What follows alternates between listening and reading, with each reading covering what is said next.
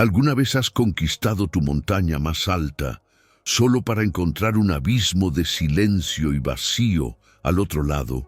¿Has sentido el eco de una gran victoria apagarse hasta convertirse en el susurro de una amenaza que te hiela el alma? Esta no es solo la historia de un profeta de fuego que vivió hace 3000 años.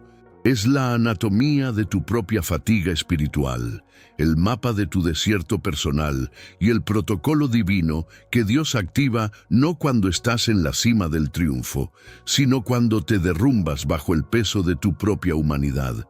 Estamos a punto de desvelar el misterio de la depresión de Elías, un protocolo sagrado diseñado para rescatar a los héroes caídos, a las almas agotadas, que después de haberlo dado todo, sienten que no les queda nada.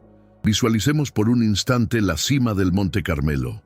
El aire todavía huele a ozono divino, a sacrificio consumido por un fuego que no era de este mundo.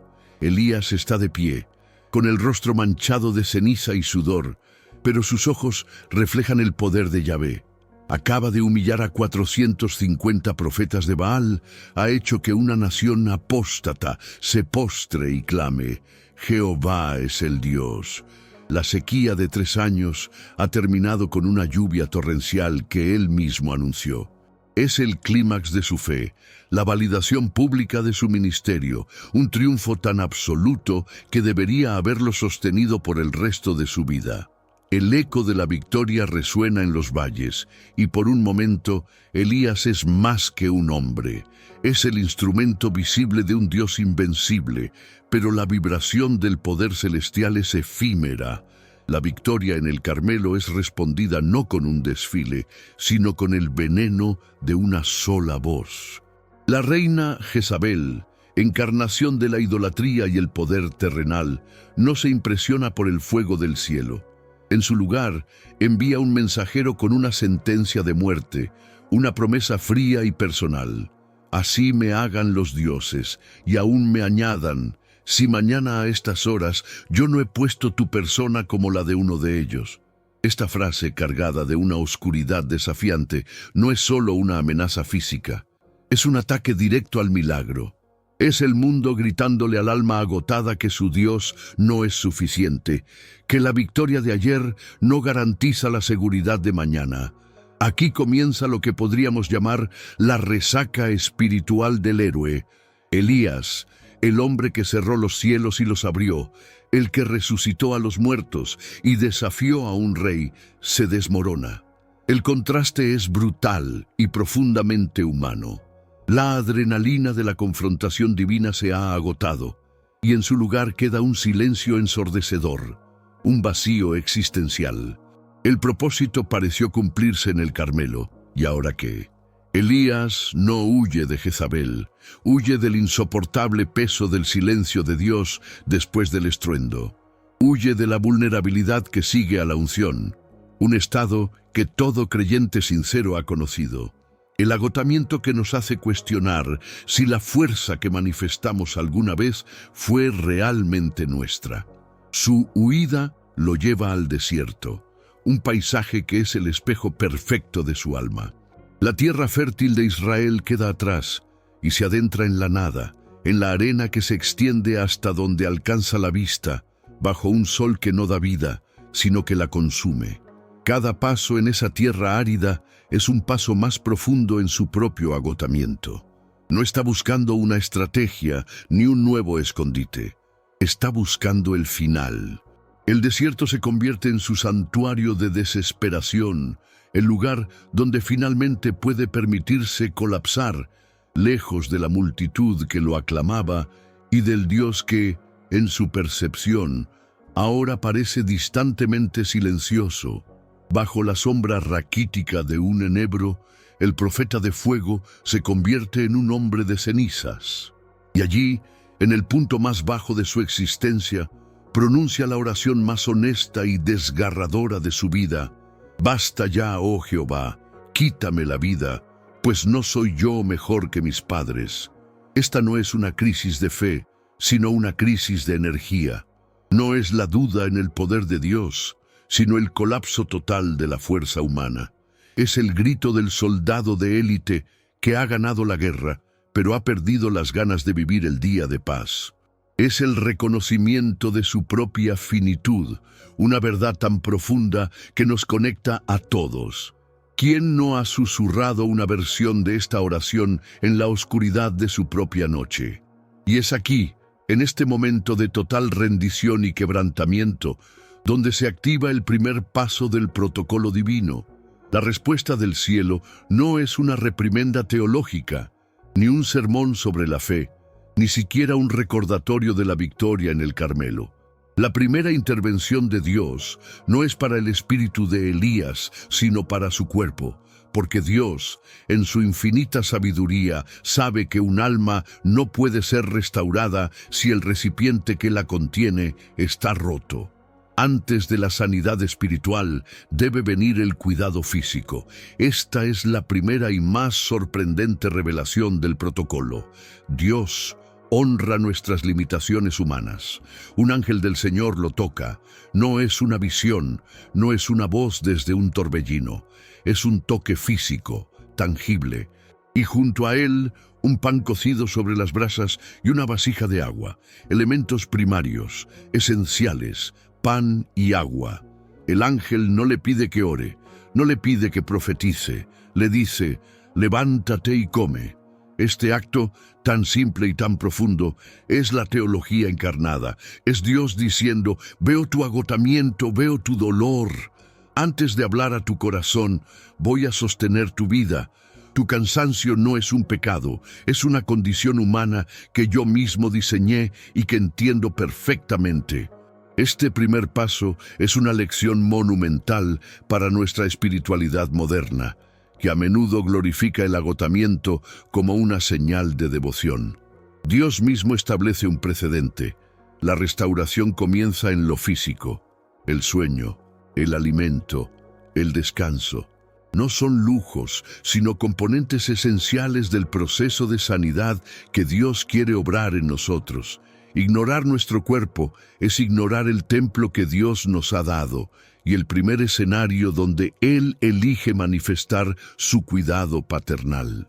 Elías no necesitaba una nueva revelación en ese momento, necesitaba calorías y horas de sueño, y el Dios del universo se inclinó para proveer exactamente eso. El ángel lo despierta por segunda vez, con la misma provisión y una nueva instrucción que marcará el siguiente capítulo de su sanidad. Levántate, come y bebe, porque largo camino te resta. La comida no es el destino final, sino el combustible para el viaje. La restauración física no es la cura completa, sino la preparación para la sanidad del alma que está por venir. Este no es un arreglo rápido. Es el inicio de un proceso, una peregrinación forzada de 40 días y 40 noches. Elías no lo sabe aún, pero está siendo llevado de regreso al origen, al lugar donde todo comenzó, al monte de Dios, Horeb. Está siendo retirado del escenario de su crisis para ser conducido al silencio donde Dios le hablará de nuevo, no en el fuego, sino en un susurro. La fuerza de aquel alimento celestial impulsó a Elías no solo a través del desierto físico, sino a través de su propio desierto interior. 40 días y 40 noches. Este número, grabado a fuego en la memoria de Israel, es siempre el preludio de una transformación. Son los 40 días del diluvio que lavaron el mundo, los 40 años de Israel en el desierto que purgaron la esclavitud de sus almas, los 40 días de Moisés en esta misma montaña para recibir la ley, y los 40 días que el Mesías mismo pasaría en el desierto siendo probado. Dios estaba sometiendo a Elías al ritmo sagrado de la purificación.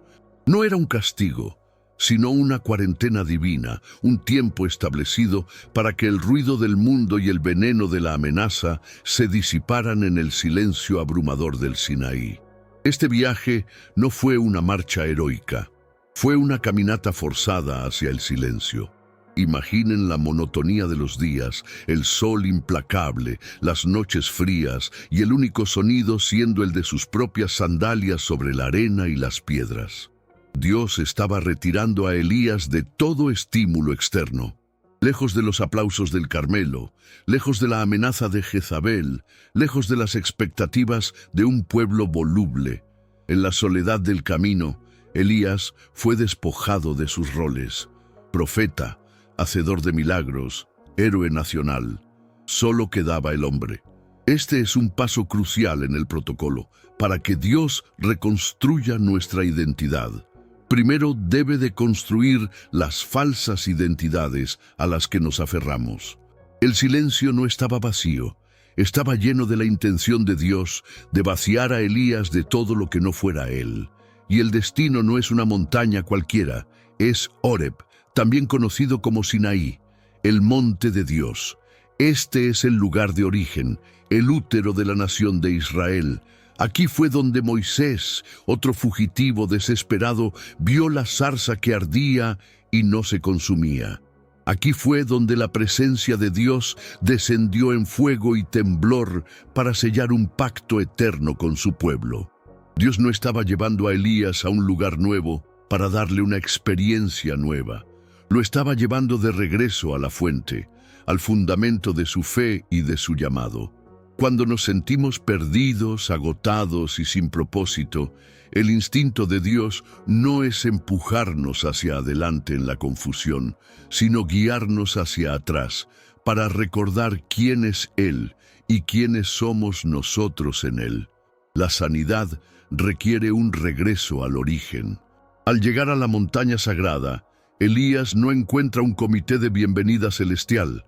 No hay ángeles cantando ni una columna de fuego guiándolo. Encuentra una cueva y se refugió en ella.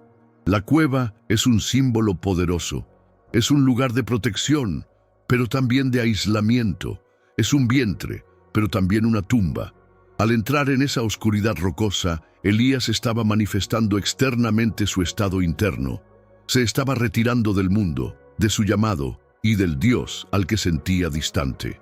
La cueva era su fortaleza de autocompasión, el lugar donde podía esconderse del dolor y de la abrumadora tarea de seguir adelante.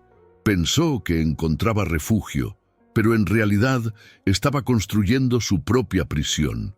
Dentro de esa cueva, el silencio del desierto fue reemplazado por un ruido diferente, el eco ensordecedor de sus propios pensamientos. En la oscuridad del aislamiento, nuestras heridas no sanan, se infectan. Nuestras narrativas de dolor se repiten en un bucle infinito, cada vez más distorsionadas y autojustificadas. He luchado tanto, he sufrido tanto, nadie me entiende, estoy solo. La cueva se convierte en la cámara de resonancia de nuestra propia amargura. Elías, sentado en esa penumbra, probablemente revivía el fuego del Carmelo y la amenaza de Jezabel una y otra vez, sintiéndose el protagonista de una tragedia de la que no podía escapar. Se estaba definiendo a sí mismo no por la victoria de Dios, sino por su herida personal. Y entonces, en medio de esa oscuridad autoimpuesta, la palabra de Jehová viene a él, pero no viene con una respuesta, ni con una solución, ni con un consuelo inmediato. Viene con una pregunta tan penetrante y precisa que atraviesa todas las capas de autodefensa. ¿Qué haces aquí, Elías? Es la pregunta más importante de todo el protocolo. Dios, que es omnisciente, obviamente sabe la respuesta fáctica. No está buscando información, está iniciando una cirugía del alma.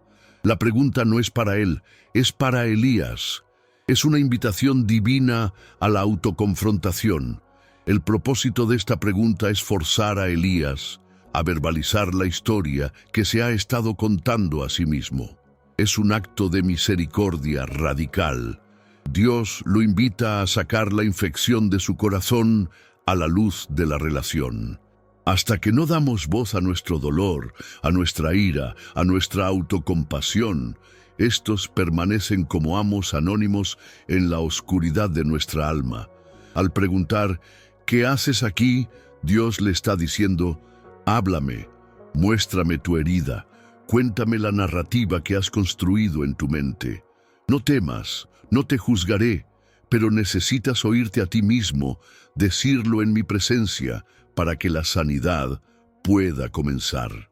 La respuesta de Elías es un clásico de la autojustificación y la mentalidad de víctima. Dice, he sentido un vivo celo por Jehová Dios de los ejércitos, pues los hijos de Israel han dejado tu pacto, han derribado tus altares y han matado a espada a tus profetas. Y solo yo he quedado, y me buscan para quitarme la vida. Analicemos esta confesión. Comienza con una defensa de su propia justicia. He sentido un vivo celo. Continúa con una acusación hacia los demás. Los hijos de Israel han dejado tu pacto. Y culmina en el núcleo de su desesperación, una mentira envuelta en verdad. Solo yo he quedado. Es la narrativa del héroe solitario y abandonado. Esta respuesta es un espejo de nuestras propias almas cuando estamos en la cueva. Es muy fácil, en medio del dolor y el agotamiento, construir una narrativa en la que somos los únicos que realmente se preocupan, los únicos que luchan, las únicas víctimas de la injusticia. Este síndrome del único sobreviviente espiritual es una de las trampas más sutiles y peligrosas del enemigo, porque nos aísla no solo de la comunidad, sino de la realidad de la soberanía de Dios, que siempre está obrando de maneras que no podemos ver. Creemos que nuestra perspectiva limitada es la realidad completa. La respuesta de Elías, aunque honesta, está teñida por el lente de la soledad y el miedo. Dios escucha la queja de Elías, llena de dolor y distorsión, y no lo corrige verbalmente. No le dice, estás equivocado, Elías, hay otros. Aún no. En su lugar, le da una instrucción que lo sacará de su ensimismamiento. Sal fuera y ponte en el monte delante de Jehová.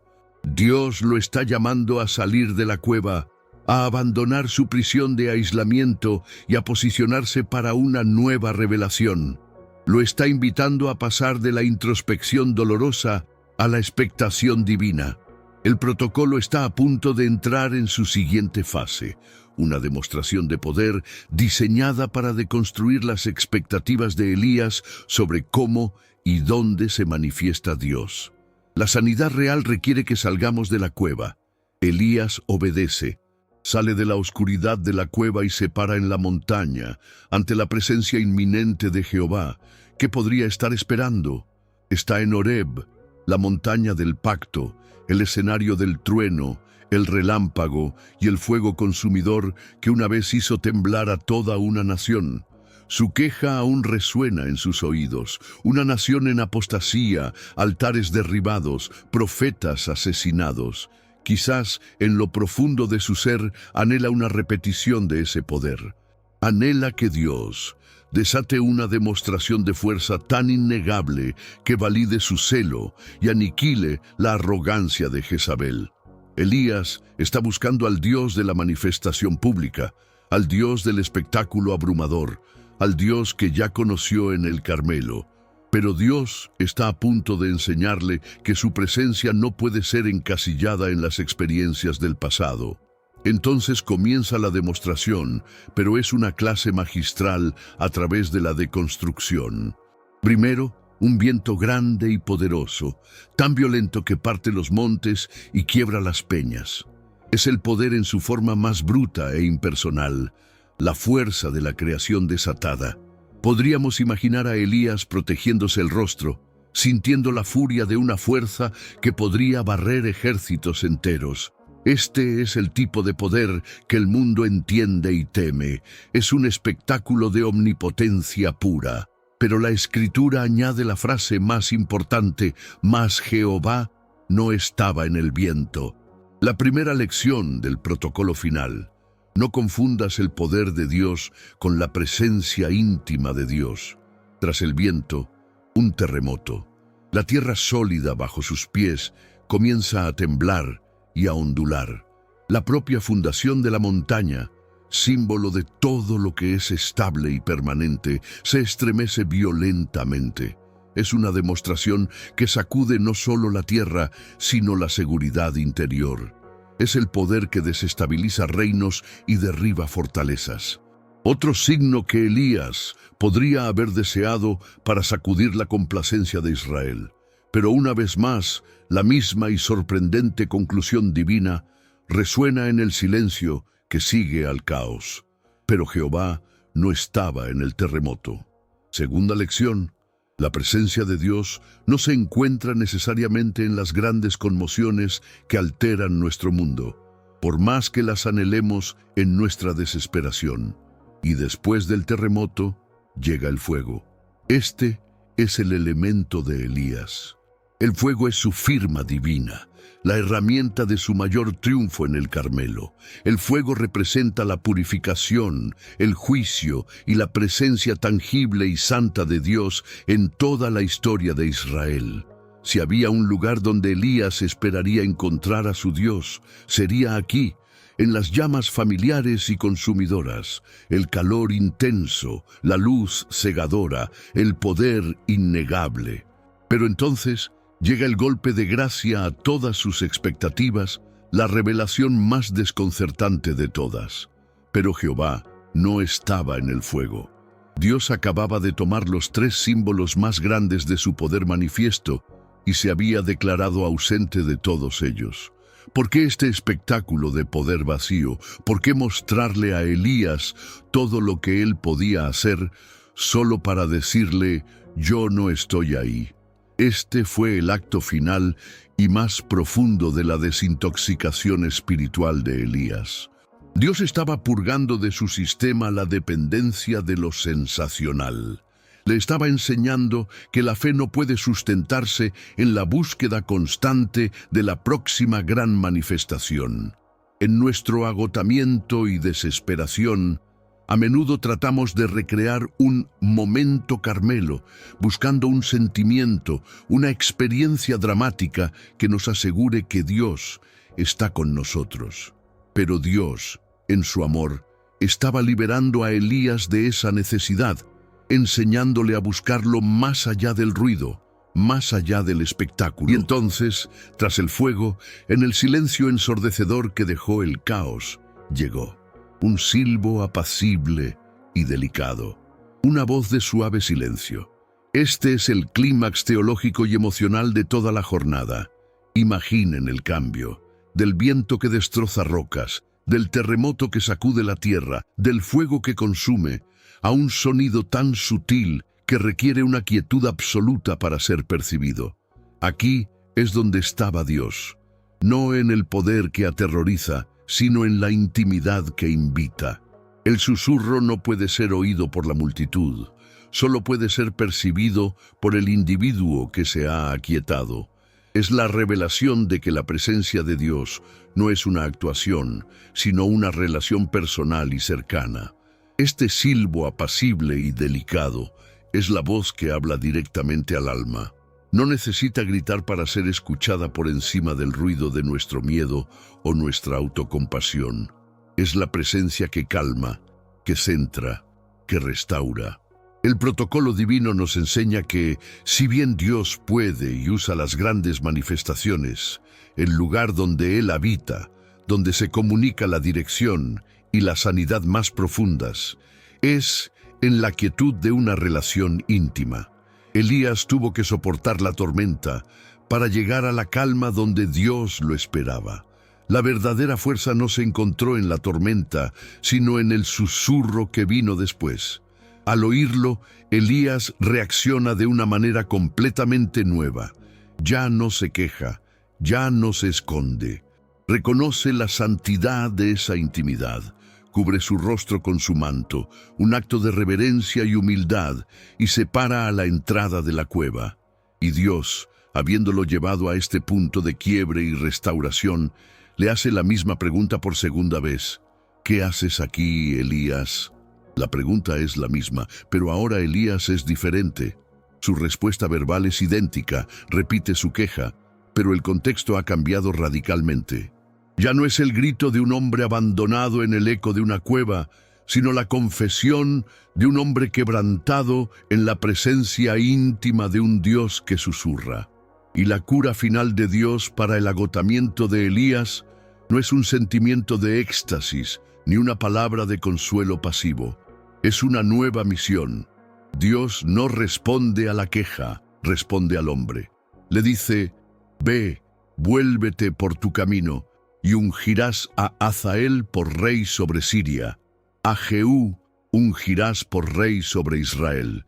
Y a Eliseo ungirás para que sea profeta en tu lugar.